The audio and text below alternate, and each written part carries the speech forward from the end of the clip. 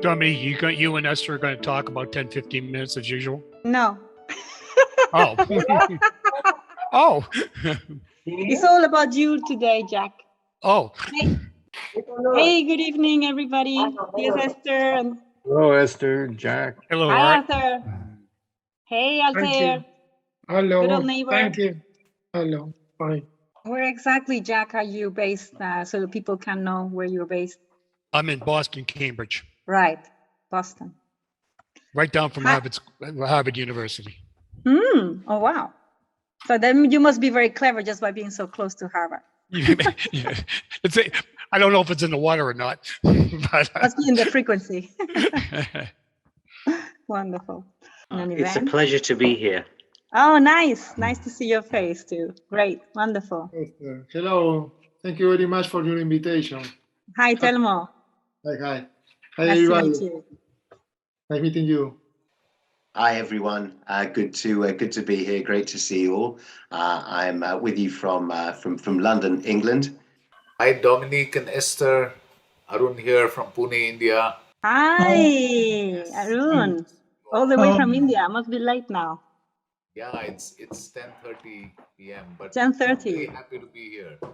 Very happy to be here, everyone. Oh, well, it's still light. I can see for 10:30 in the evening in India. Wow. Yeah. And hello, everyone. I would like to welcome you to our next consecutive event at the Conscious Enterprise Network, where we do our best to bring speakers from both inside Chan and outside our organization to let them share their insights and wisdom and knowledge with us. And my name is Anatoly Yakovlev. I'm mentor for Conscious Enterprise Network. And today I will be your moderator, along with Stephen Carberon, who is right here, and he will be handling specifically those various questions that will be coming from you.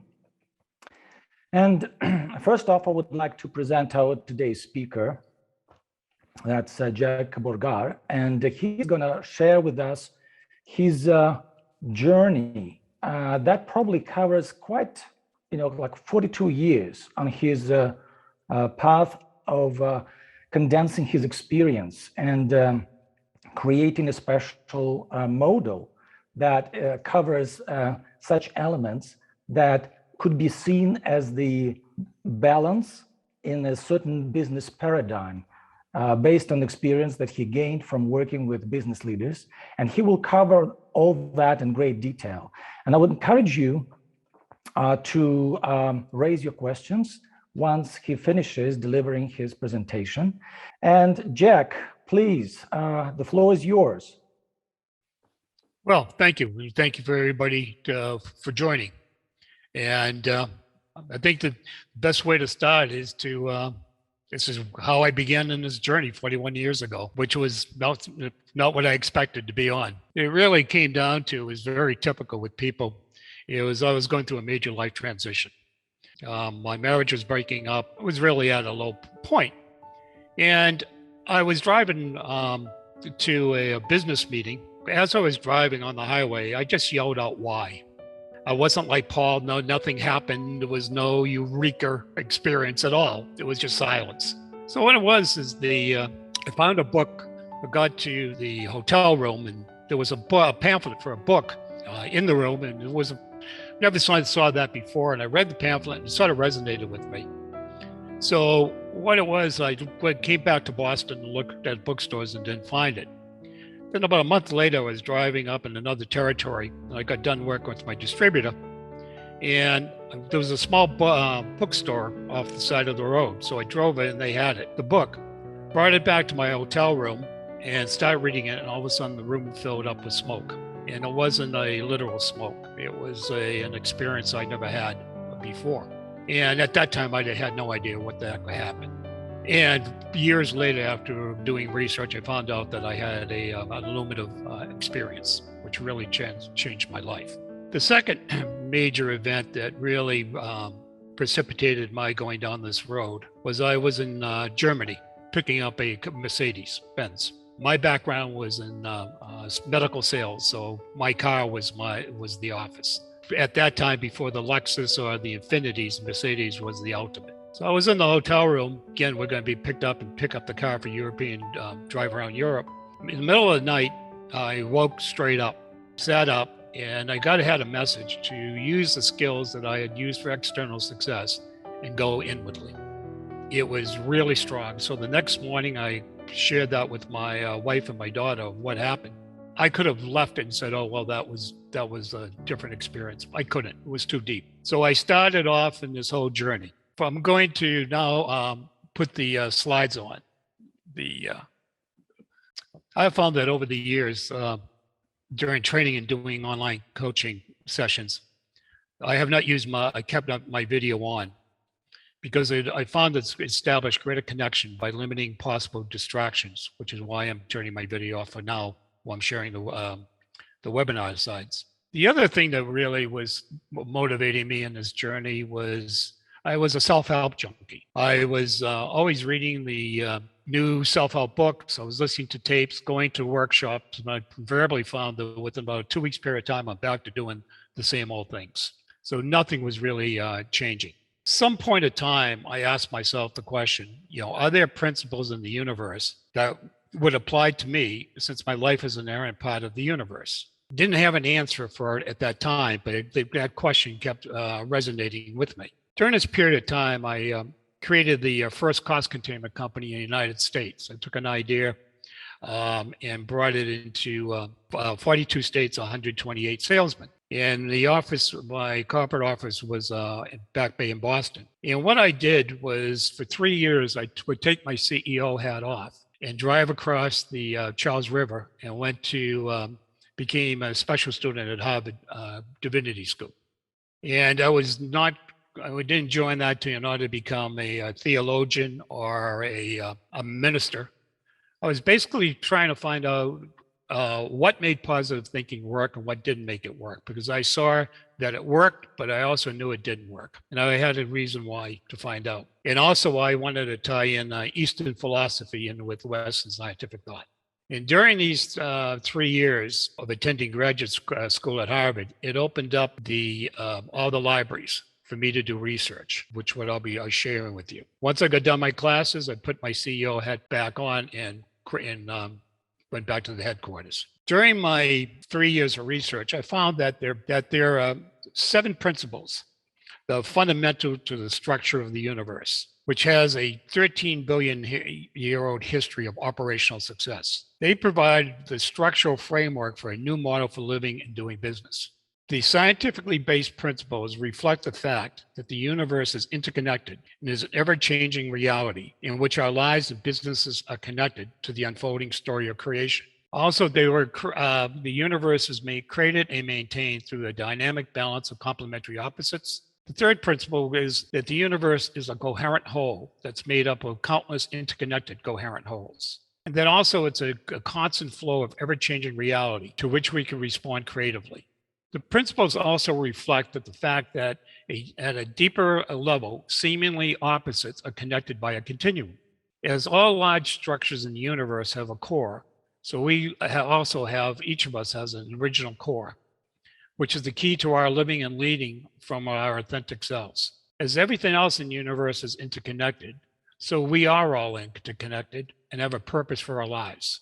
The 7th principle is a direct manifestation of the inherent dynamic nature of the universe.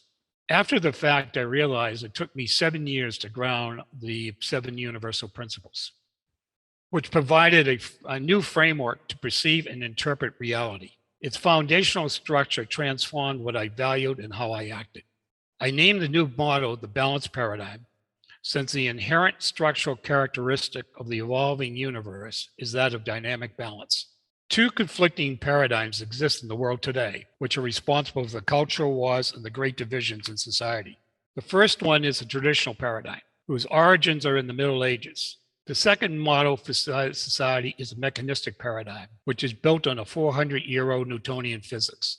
Both of these models are inherently imbalanced. The traditional paradigm towards idealism and the mechanistic paradigm towards materialism. The balanced paradigm provides a third middle alternative, whose balanced philosophical basis and integrated mindset provides a framework to balance the planet's carbon cycle, the equalization of society, and for the rebalancing of economic and political inequalities. The 7 principles of the balanced paradigm provide a new model for living and the way for doing business in the post-pandemic new reality.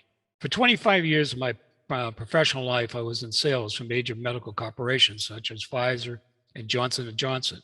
It was well known in the industry that behavioral medicine was the most difficult field to change. Also, I wanted to see if the new mental paradigm would be accepted by psychologists, psychiatrists, and social workers, which is why I conducted a series of conferences and workshops that applied the 7 principles to transforming mental health and substance abuse organizations, which they did. The 7 principles provided the structure for the development of a personal system of self-discovery, which expanded my thinking and the options that I had in life, provided a way to center myself and enabled me to become whole by discovering and integrating missing aspects of my life, enabled me to transform faulty negative beliefs that I was conditioned into at an early age. They were so effective that they eventually enabled me to be able to love myself for the first time unconditionally, which was a miracle to itself. Principle-based system helped to develop the ability to transform negative situations and to express my own unique purpose, which is exactly what I'm doing right now. The principles had such an effect that I categorized my life as BT and AT, before transformation and after transformation. Also, over the decades, I've seen how the balanced paradigms principles presented in the book, The 7 Principles of Living with Authenticity and the Freedom to Be Your True Self workshop, has helped people transform their lives. I then applied the 7 principles of the balanced paradigm into the business world, specifically in creating personal and cultural integrations after merger and acquisitions. During this time, I heard so many business owners saying that they had no idea what they're going to do with their lives when they walked out the company door for the last time. I realized there was a business opportunity. So I applied the 7 principles of the balanced paradigm to create a methodology to help owners fill their lives with new meaning and purpose in the post-ownership lives. I created a company named Successful Transition Planning Institute and trained 50 professionals on 4 continents in its methodology to help owners and professionals make successful transitions out of their companies and their careers. Because of the experiential wisdom learned over the years, the company was asked by the Warrington School of Business at the University of Florida to participate in a joint study on wisdom about what people have learned while experiencing life transitions. The Smith College of Business at the Queen's College in Kingston, Canada, also became involved in a study. The results will be published in an academic journal. One of the previous webinar speakers, it was Jeff Deckman, who is a friend and also been very involved with the enterprise. I had given 2 keynote speeches for Jeff's conference on leadership. And after the second year keynote presentation, Jeff called me in regards to if I was interested in being contacted by a person who was interested in starting up a company on wisdom. And I said, absolutely. So there was about 5 of us nationally, and also a person up in Canada. And we started developing a wisdom-based company. And what happened was that the founder of the company had to pull out of it because of financial reasons. He sold his company to his son, and it was all kinds of financial problems that happened, so he had to pull out. But I told Jeff at that time that I was not going to drop the flag of wisdom into the mud. I was going to pick it up because the world needed it too much. So I informed my business partner of 11 years, which I had a wonderful relationship with Successful Transition Planning Institute, that I wanted to focus the rest of my life on getting the wisdom-based balanced paradigm out to the world, which is why I created the Widom Company, whose Mandela logo represents the 7 principles. The main motivation for my leaving my company was the realization that wisdom is solely needed for us to deal with extreme inequality, political volatility, intensifying impacts of climate change, all of which are creating a perfect storm that will wreak havoc on us, the economy, society, and civilization. If we don't adapt fast, COVID-19, climate change, societal change towards equality, digitalization of operations are all pushing the paradigm shift to a new normal for living and doing business at a much faster rate than normal. A bold transformation is needed if business is to move from contributing to these challenges to becoming part of the solution. Superficial changes to business policies and practices would no longer suffice. We need to fundamentally reconfigure the way business is done as it moves beyond being exclusively focused on prioritizing unsustainable growth returns to shareholders to a sustainable growth model that benefits everyone and everything. Change is what happens in the world. Transitions are the personal way that we deal with changes. A transition is defined as a move from one state or condition to another. We are accustomed to a certain linear progression in our daily lives by our experiencing a beginning, middle, and an end. For example, you have breakfast when you first get up in the morning, have lunch around noontime, and dinner at the end of the day. In a transition, the sequence becomes totally reversed, since there is an ending followed by a beginning. In between the ending and new beginning, a transformational zone exists in which the old structures and way of doing business no longer work. The pandemic has created a paradigm shift, which provides the opportunity to envision a new way of living and doing business successfully in the post-pandemic business world. People or companies who want to go back to your way of living and doing business are setting themselves up for failure. We are currently experiencing the ending of the mechanistic paradigm and transitioning to a higher model and consciousness of the balanced paradigm. Wisdom can seem to be such a vague concept and has been a neglected subject for the past 400 years in the mechanistic paradigm. But this is no longer the case. Since for the past 15 years, the subject of wisdom has been studied by empirical academic research. In order to get maximum impact, the company's executive team decided to focus on applying the 7 principles of the balanced paradigm and the 3 characteristics of wisdom into business. The balanced business paradigm is wisdom-based by its incorporating the academic research on the characteristics, while owners can widely lead their companies. The new balance model provides a framework for the development of the art and skill of growing business wisely for sustained growth, since its foundation is based on the cognitive, reflective, and effective characteristics of wisdom, which are presented in the following company's programs. Thinking creates reality. To be successful in the post-pandemic world, people and owners cannot rely on a zero-sum way of thinking. To be successful in the new normal, an expanded wisdom-based way of thinking is needed, one that should start right now in this pandemic time, where there is no margin for error in making unwise personal and business decisions. The 12 steps for enhancing your ability to make robust, wise decision program applies the cognitive characteristics of wisdom by showing how a new logic system, a balanced way of thinking, and a both-and perspective that both broadens and deepens people's abilities to make robust, high-stakes decisions, which increases the effectiveness of their critical thinking, enhances the exercise of good judgment, and enables people to make wise personal and business decisions and develops robust choices. The program incorporates the 4 steps of the creative process into the decision-making process and helps people avoid 10 cognitive biases that limits problem-solving abilities. A decision-making style report is also part of the program, which allows people to become aware of their style for how they make decisions. Because of what is happening in the world today, I modified the wisdom-based decision-making program to effectively deal with polarization that is responsible for climate denial, economic and social inequality. Toxic polarization also threatens the very structure of democracy. Unless we can learn how to talk with the enemy based on mutual vision and respect, so the widening cultural and political abyss can be closed, we are at a general risk of civil conflict. The program is designed around a methodology that helps people set aside differences, be able to work together to create consensus without needing to try to convert the other person. The company's Wisdom of Balance program applies the 7 principles of the balanced paradigm and the characteristics of wisdom, which shows owners how to be successful in the new normal for doing business through the implementation of a self-reflective dimension of wisdom and by incorporating a sustainable business growth model, which greatly helps in reducing the impending disasters created by climate change. The balanced business paradigm provides a mental framework for a new model of capitalism.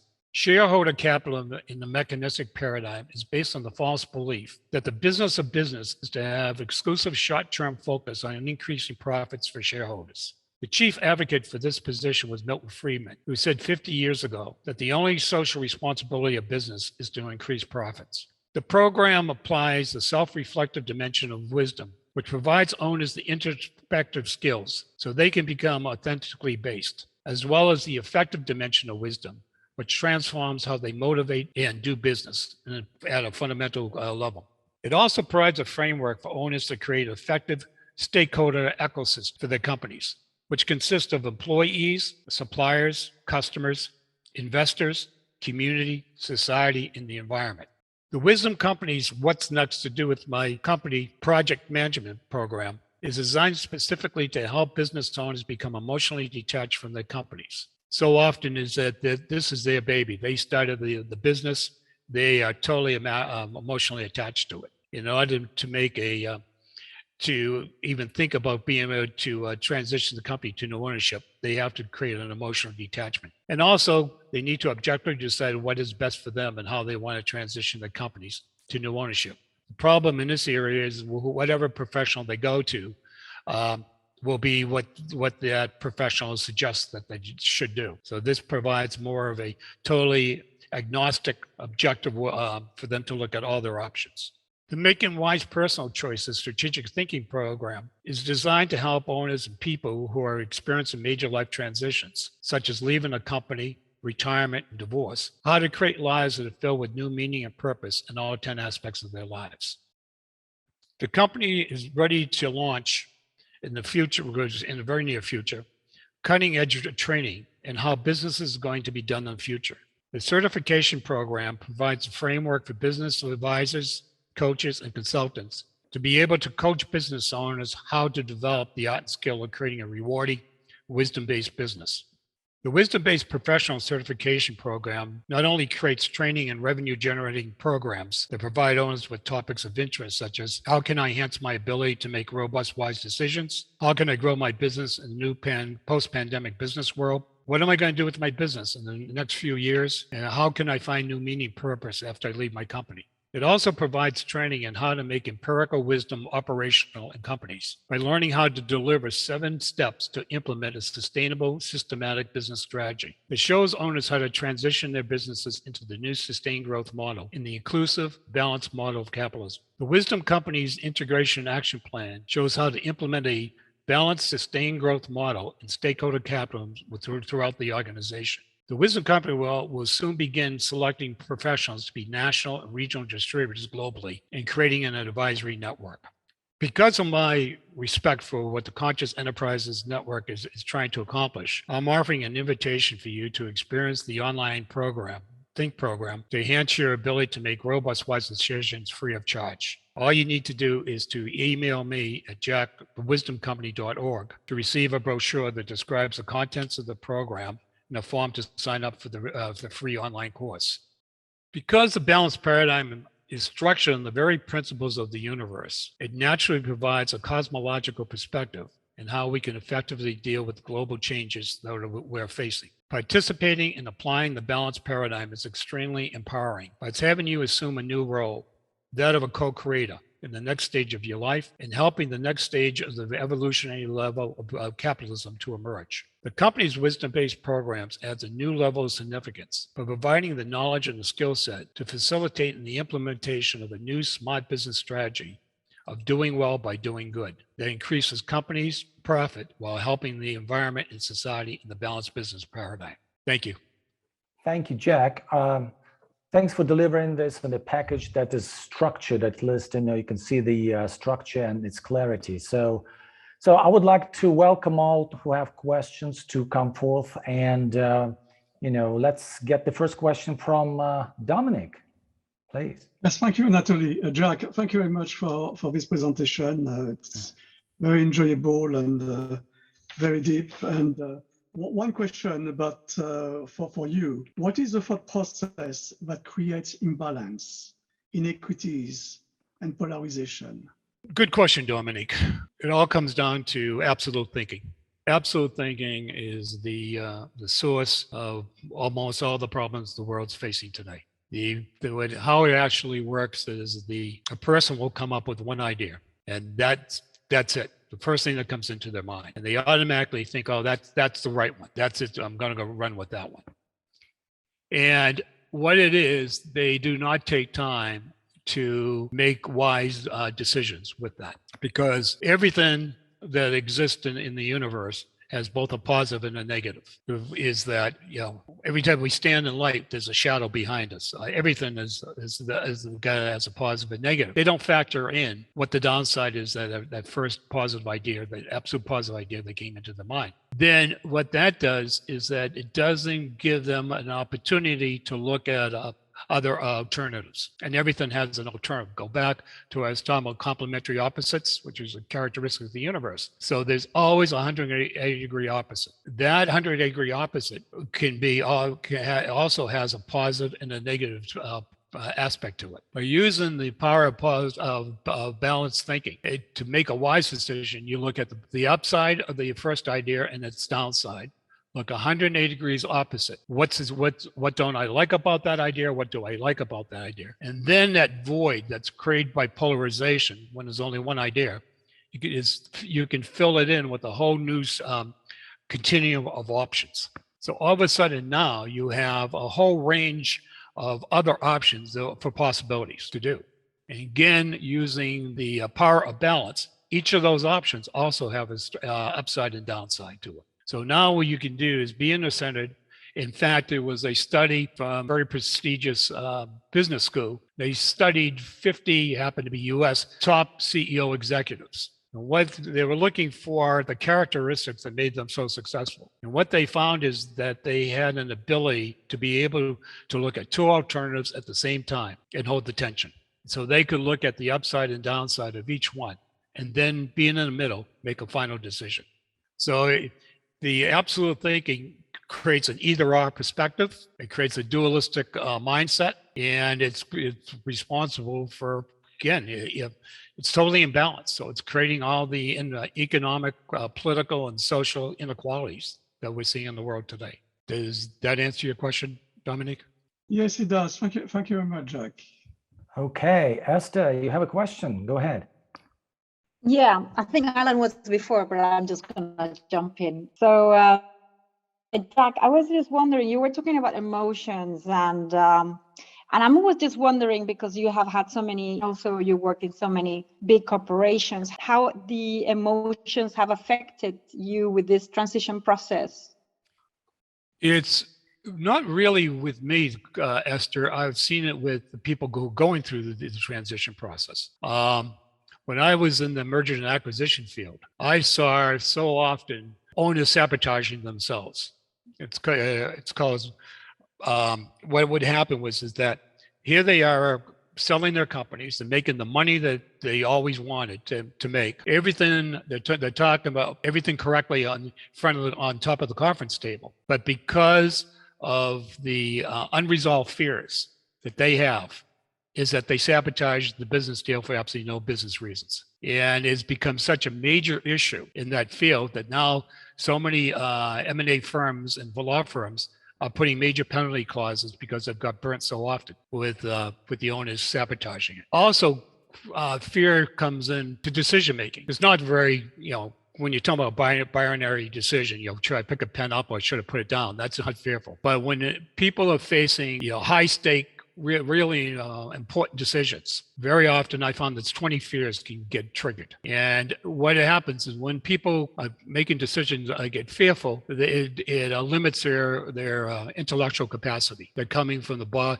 bottom part of the brain, and they make bad decisions. And the other one is regards to how anxiety and fear is that when owners are looking at transitioning into a new model for doing business, and just exactly what we're going through there, they're leaving their comfort zone. And when people leave their comfort zone, they very often get very anxious and get fearful. So we have a whole questionnaire to help owners do this transition into a shareholder model of capitalism, so they don't sabotage the deal. And also we have a 5-step methodology that, again, uses the power of balance, basically to have them become aware. The whole thing is awareness. Once people are aware of their unconscious fears, they either evaporate in the light of awareness or they just become concerns. But if they're not dealt with, they're going to end up sabotaging. So it is, what is the fear that's causing this in me? Usually it's about, the first fear is not usually the real one. It's usually 2 or 3 down. It's like peeling an onion. Then next question is, how does this fear have a negative impact on what I'm doing? Then counterbalancing that is what new thoughts, ideas, what can I do to counterbalance these fears? And then creating a positive statement that becomes which they can refer to. So once that fear comes up, they have a counterbalancing positive statement to be able to counterbalance it. The more they reinforce the positive statements, the more they're reinforcing a process the neurology just discovered about 5 years ago called neuroplasticity. What they found is that the brain used to be believed that our brains were totally fixed and they wouldn't change. What they have found out now that our brains are totally applicable to change, which is where the plasticity comes. And the more the new positive statements are reinforced, the more deeper the highway becomes in the neurons, and more the old fears and anxieties will atrophy. So fear is a major thing in any of this type of transition work. Good. Thank you, Jack. Alan, you've got a question. Please go ahead. Sure. Jack, thanks for sharing all this today. You had spoken about you help business owners to grow their business wisely as well as create sustainable growth. So specifically, how do the 7 principles of the balanced business paradigm that you've been talking about help owners transition their companies in the sustainable business growth model and with stakeholder capitalism? Good question, Alan. Number 1, grow their business sustainably. Number 2, become equitable companies. Take a long-term perspective of how they do business. View their organizations as interconnected living entities. Lead from authenticity. Build legacy relationships and transform business setbacks. Those 4 will get any owner to be very successful in the post-pandemic business reality. And you kind of go in depth in each of those areas with the business owners and build out kind of a plan of action and a vision for all of that? Yes, that's exactly what the Wisdom of Business program does. Takes the 7 principles and really helps them to learn how to transform their company into the new model. Sure. All right. Yeah, that sounds really good. And then from there, they can bring that down to their employees and the culture and kind of roll it out there as well. Yes, and also what we're talking about is a new role for owners. They're creating right now they're fundamentally focused on the company and if they get investors. What they need to do is create a new relational skill set because now they're incorporating shareholders. So in other words, they need a new relationship with their employees, with their suppliers and distributors, with their community, with society, and what they do is environmentally safe for the planet. Great, thank you. Thank you. Okay, next question from JW, London, right? Thanks, Jack. That was really insightful. Actually, it took me back to a class, my first sort of introduction to business, which was at school, and business studies. Ironically, the abbreviation for business studies was BS, and that first class was the first lesson was what is the purpose of a business, and as you sort of just reminded me, that old sort of paradigm was the purpose of a business is to make profit. I mean, how soulless and empty is that? And I hadn't actually thought of that until now. That was the standard model, and it's just it's so refreshing now because my whole experience is I look back at that and see just how destructive that was to kind of mold all of these new minds going into business. That was the sole purpose. Thankfully, we're waking up to the fact that it's beyond shareholders. It's stakeholders, and the long tail of the stakeholder is all encompassing. That includes every aspect of our lives and our planet. So really interesting, and really happy to. Is it a question? Sorry to interrupt you, JW. Yeah, I'm sorry. I'm just speaking as I'm thinking. So I guess it wasn't really a question. It was just processing what I've heard. So I hope that that added value in terms of just a standard question. Thank you for allowing me to share that. But excuse me, you're absolutely right. In fact, about 3 weeks ago, I read in the business section is that business schools now are totally refocusing they're questioning what they've been teaching. And they've come to the conclusion that they have to change their curriculum in order to deal with this new business reality. So even the most entrenched old style business people are saying this is no longer working. So you're absolutely correct. Yeah, I hear that, and thanks for again, I'm processing everything that you've said. So if a question was what was expected, I hope that just my processing added some value to the great insight that Jack just delivered. Thank you. Good. Before we continue with questions and raised hands, Stephen, back to you. Do I have any questions from the chat area? No, there's no questions. There is John Patching has given us a word about neuroplasticity, and he's told us about the book The Brain That Changes Itself by Norman Doidge. I don't know if you wanted to add anything about that, John, and tell us a little bit about how if there's any crossover with what you've heard this evening, or if you feel that there's something more you'd like to add about neuroplasticity at all. Hi, thank you for reading my text. Not really, other than what our speaker tonight is talking about is really basically the 7 laws of spiritual success, which has already been done by Deepak Chopra. And I feel that if you actually work on yourself first, then actually your business is going to follow in line with the laws of pure potentiality. It's not about changing business, it's about changing the individual that actually is reflected in your business. Good. So let's go back to questions. Gazala, go ahead. Yeah, thank you very much. Yeah, well pronounced, by the way.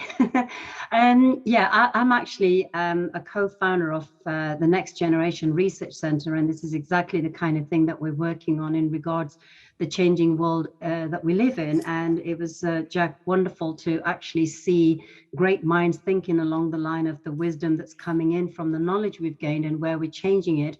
And in regards to the area of people, we talked about business owners and businesses and how we can bring that in alignment with the change that's happening, especially sustainability and the future of it. Could you, Jack, explain to me what other category people is the focus on in making these changes be implemented? Because my main area of interest also is the next generation people, which is the children of today, which are the adults of tomorrow that will be the leaders of the future. So where is that sort of in alignment with things? Good question. I'm totally with you. The younger is the future. Us baby boomers will be ripping in the next few number of years. I have reached out I talked to the president of a Wellesley College in the Boston area. What needs to be done, and I'm hopefully going to be able to have the time to take the depolarization program and bring it into colleges. They're having a real hard time is that a student will be at a college and then they go back home and they're not able to talk to people within their own families. So that whole regards to depolarization and be able to talk to the enemy is so important. But the other thing is that I can see this program definitely going into the millennial generation. The only reason why we focused in on the business component is leverage. It's so hard to reach a lot of people, and the social media is so noisy right now. If you're talking about, since I've been on depolarization, is that it costs companies in the United States about $252 billion of lost productivity because of political polarization in the workplace. And also by approaching it from the business point of view, is that we get more leverage because there's over 60 million people work for small to medium-sized enterprises.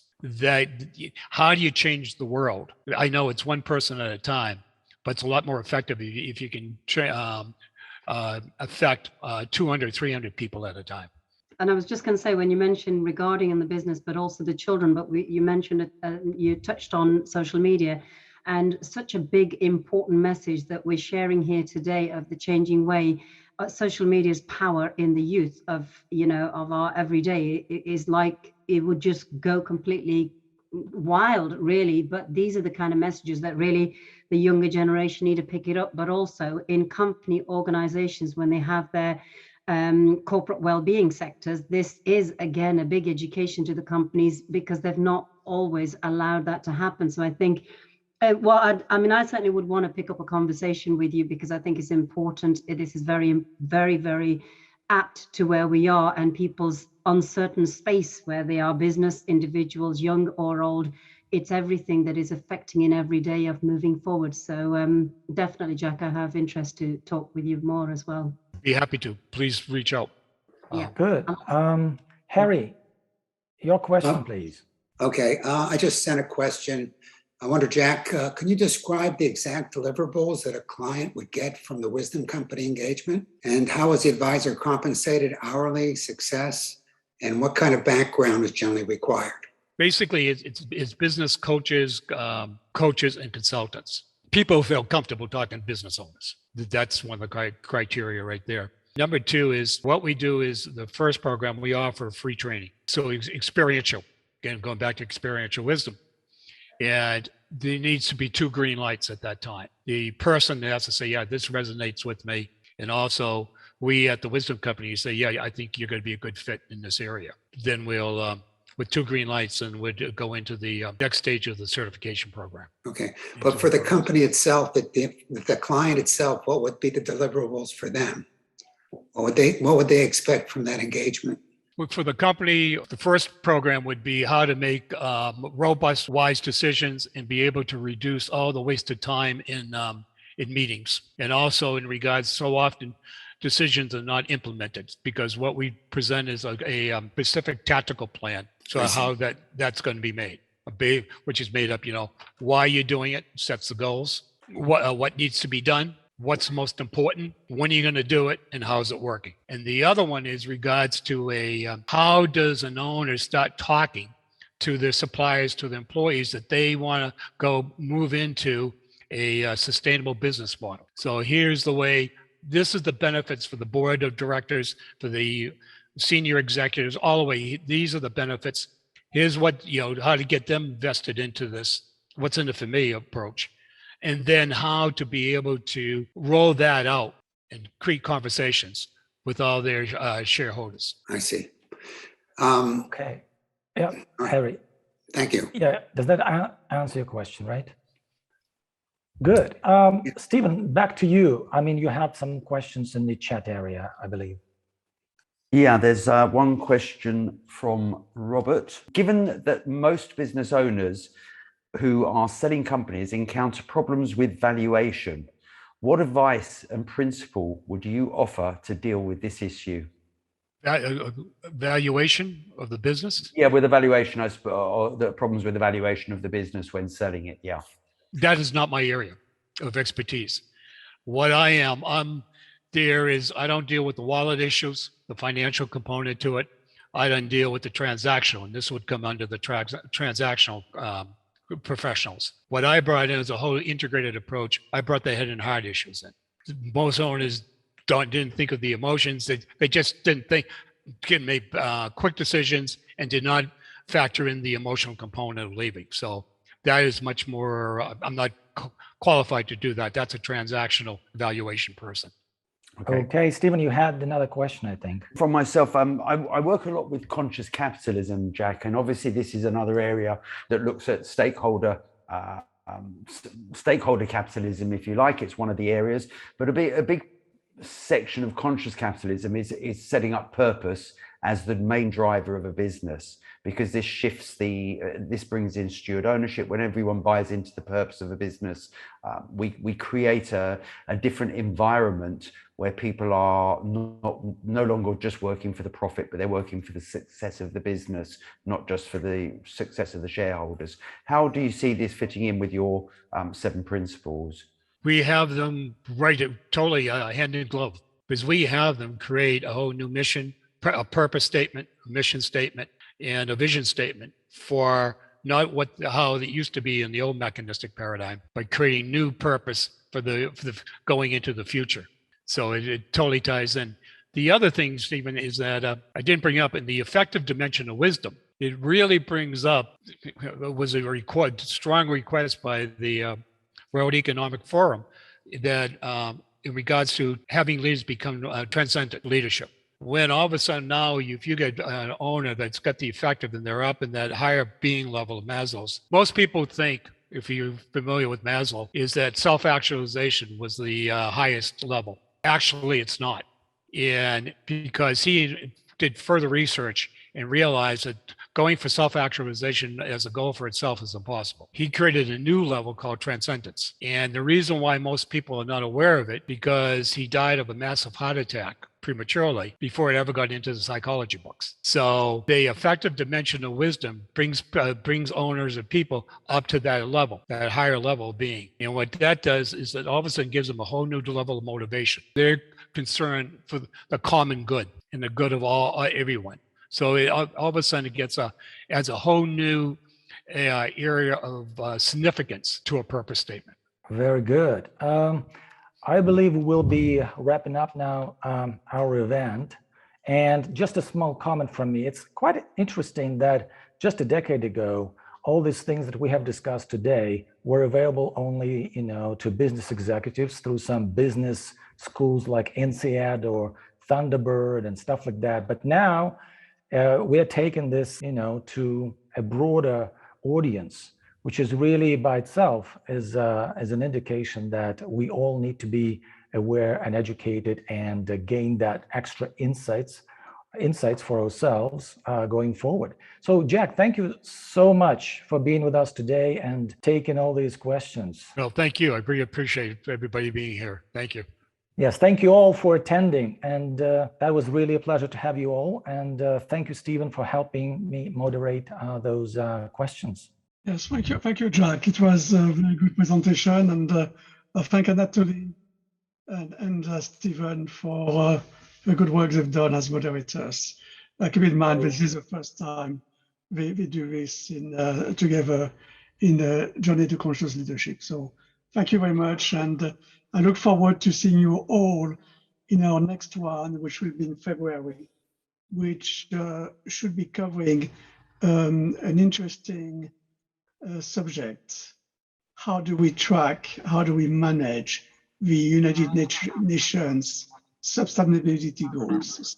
See you in a month time then. Bye-bye to everybody.